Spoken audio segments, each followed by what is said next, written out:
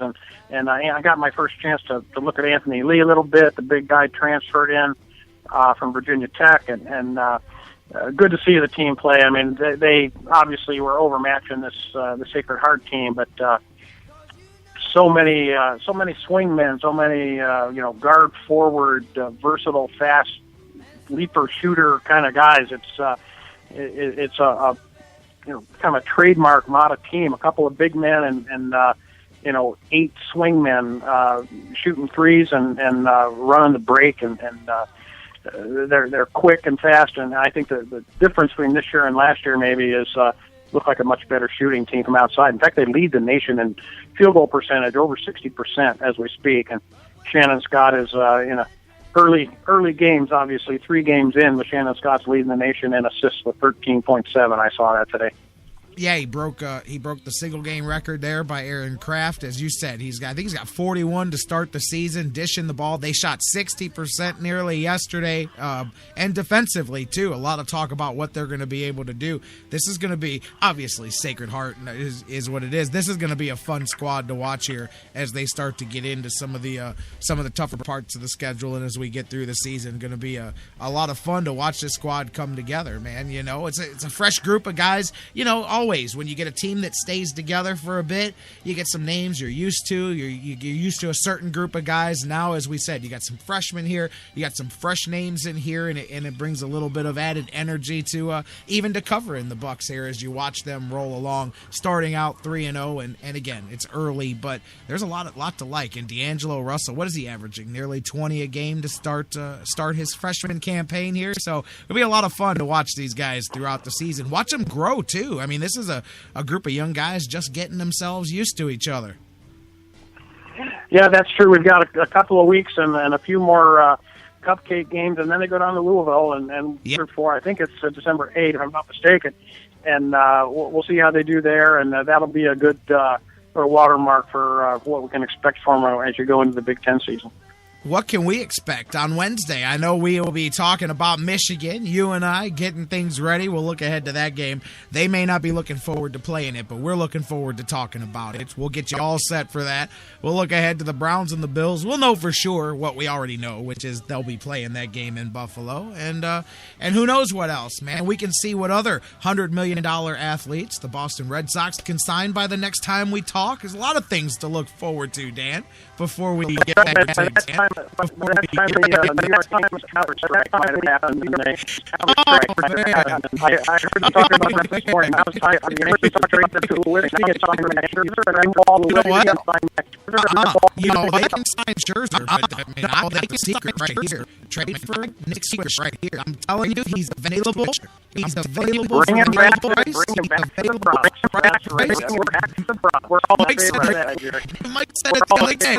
Homecoming is such a big theme, man. Let's bring him back. I'm just saying, we enjoyed our time. It would be tough to enjoy our time in Cleveland in part ways for it is such a valuable part of our team. But with the right offer, we take our growth of baseball for him right now. Thanks. I was trying to set it up for the right offer. I wasn't going to say that we were looking for a bag of batting practice tees or anything like that. But we could do it. And you know what? The Yankees, Mike, and you know what? Last week, the Yankees are like the one team we could trade with that doesn't need us to pick up salary on this thing.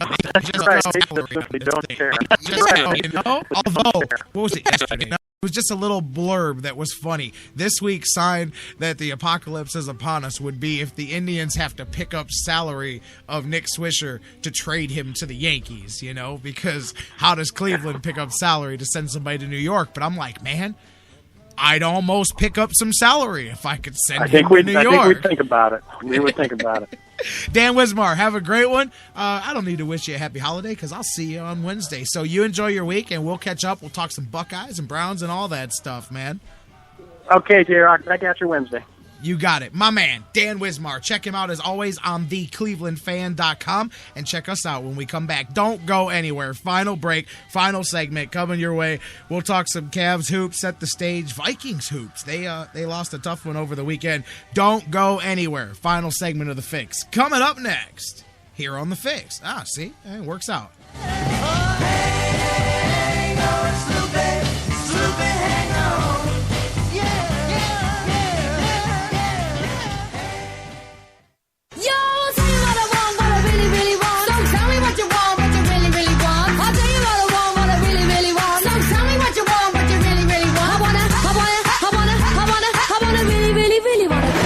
to the Sports Fix. If you want to be my lover. Hey guys, before we go to the break, I want to talk to you a little bit again about our good friends at Harry Buffalo North Olmsted, the UFC, the Ultimate Fighting Championships, some of the hottest fights in the world today. Each and every one of their huge events, Harry Buffalo is one of the few places in Northeast Ohio you can go there and watch each and every UFC fight at the Harry Buffalo. And let me tell you, I've been there. The people are out the door. They are to the rafters. It is one of the craziest environments for some UFC fights. Wing Mondays, they've got great deals on wings and drinks, and every day of the week there's a different special, a different deal. And don't forget the Bison Burger, the unbelievable. It is the combination of a fantastic burger and eating healthy combined into one unbelievable sandwich. You have got to get a Bison Burger while you're there. So whatever you're looking for, whatever day of the week, Monday through Friday, Saturday, Sundays, there's something for you at the Harry Buffalo North Olmsted, just outside Great Northern Mall. Check them out today. Harry Buffalo, join the herd. It's an addiction. The Sports Fix. We'll be right back. Let's talk about the X's and O's of family entertainment. Every parent in Ohio knows the importance of being able to draw up an activity that'll get you out of the house for a couple of hours. But it needs to be affordable. It needs to be family-friendly. Above all, it needs to be fun. Now, let's talk about high school sports. Bang for your buck, school sports provide the perfect game plan for your family. You'll enjoy all of the drama and excitement competitive sports offer. You'll be supporting the future leaders of our community in a meaningful way. Best of all, you can take the entire family without breaking the bank. Heck, you won't even dent it.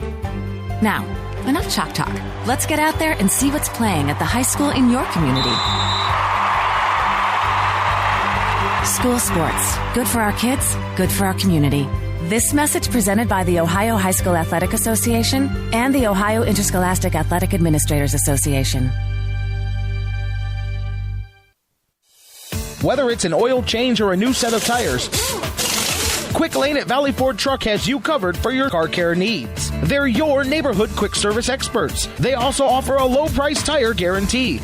Choose from 13 brands, and if you find the same tires at a lower price within 30 days, Quick Lane at Valley Ford will refund the difference. 5715 Canal Road, right under the 480 bridge in Valley View. Come see why life is better in the Quick Lane. quicklane.com/Valley Ford Truck.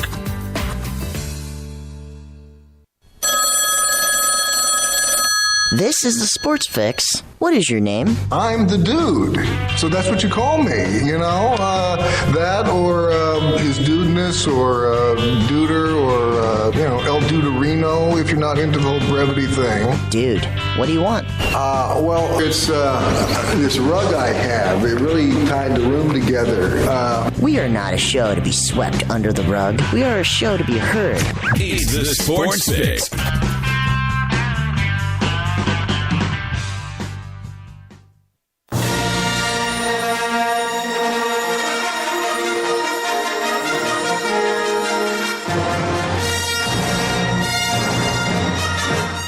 Welcome back to the Sports Fix Live here on the Sports Fix Radio Network. We're emanating from Cleveland, Ohio, where they happen to be shooting a big, humongous, blockbuster-type movie, hence the Star Wars theme. I hear George Lucas is involved, Steven Spielberg. This is big. They're pulling out all the directors. They've got some Star Wars-type stuff going on. I'm being tongue-in-cheek about it as we come back, because I'm going to talk a little bit about our Cleveland Cavaliers as we come into the final segment of the Sports Fix here. But you know what? They're filming a major motion picture. That's what they're doing. It's drama. Every day, it's drama. It's a story. Now, you know what? I will admit, I feel kind of good about the reaction that I got this weekend to the show. Tons of people. And by the way, welcome to many of you who I talked to for the first time here this past weekend. But a couple of dozen different responses, and I would say this one was 90-10. I did get a couple, well, it's still early in the season, and of course, I'll give you that. I'm with you. Listen, I get that, but I had a lot of people say basically to the effect of, wow, about time somebody said that, because you guys know when we ended the show Friday, I had a few things to say about the Cavaliers, not about the Cavaliers' wins and losses. I don't care I could care less what the Cavs record is right now. I'm not even into that. When I'm not sitting here going, well, the Cavs are 5-7. I don't care about that. They'll get where they need to be eventually. I'm not counting wins and losses at the beginning of an 80-plus game season. But you guys know I had a few things to say Friday, and I continued on social media over the weekend to talk to some people about it. The whole post-game, every day we go through this routine where this cat stands up in front of everybody and acts like he is the only person in the building who has ever held this thing they call a basketball and worn uniforms and aimed at hoops and stuff. It's like, I get how frustrating it must be every day to try to explain that if you walk without dribbling, it's called a travel, and you must pass the ball beyond the half-court line within 8 seconds, or it's a penalty. Because clearly he must be teaching guys the game of basketball from the ground up. And I'm being facetious, but I'm being serious, because I get tired of every night I can't let myself get frustrated. I've got to continue to teach these guys how to win. That's fine. But the way he was doing it is not fine with me. And if it's fine with you, then you're just telling the story that the team wants you to tell. Because it got to the point where he's out there every night, and that's great. But, brother, I just watched the game where you decided not to play defense, where you decided to stand on the court and let your team play 5-on-4 because you were teaching them a lesson. That's my problem. My problem's not with the winning and losing. My problem's not with figuring yourself out. My problem was the way LeBron James was going about teaching his team to win, because I'm 100% sure that that's not the way Pat Riley and Dwayne Wade taught LeBron James how to win when he went to his college graduation level experience in Miami. I'm positive that they didn't treat LeBron James like a child. I'm positive that they didn't shame LeBron James. I never heard a quote from Pat Riley when the Heat were 9-8 or 8-9, whatever they were, saying, well, LeBron's just got to learn how to win, and it's going to be frustrating, but we're just going to have to keep teaching him, and he'll have to get better. No, you didn't hear none of that, because that's not how you do what he's trying to do. And maybe he doesn't know how to do what he's trying to do, so he's learning, and maybe he'll try. He admitted that his leadership has been lacking early on this season, and that's cool. Make it better. Stop looking down at your teammates. Stop acting like you showed up and are teaching a bunch of kids the game of basketball for the first time. Now, you are teaching them how to play in a certain way. You're definitely going to help these guys. That's what happens when you have maturity, when you've got experience, when you've got veteran leadership. I'm with all of that.